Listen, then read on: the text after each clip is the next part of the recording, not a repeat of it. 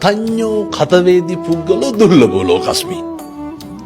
මේ ලෝකේ කෙලෙහි ගුණ දන්න මිනිස්සු හරි දුර්ලභයිලු.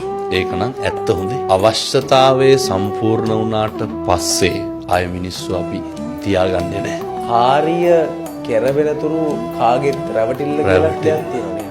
ඔය අපේ ජන කවිය මේවා හොඳට පත්තියන් වෙච්ච මිනිස්සුන්ගේ කටවල් වලින් කියවෙච්චා.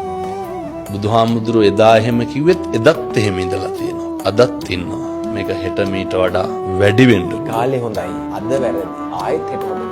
වෙන්න පුළුවන්. කාලේ හොඳයි. අද වැරදි. ආයෙත් හෙට හොඳයි. අවශ්‍යතාවයේ අනුව තමයි මිනිස්සයා හොඳ නරක හොඳ නරක තීරණය කරන්නේ.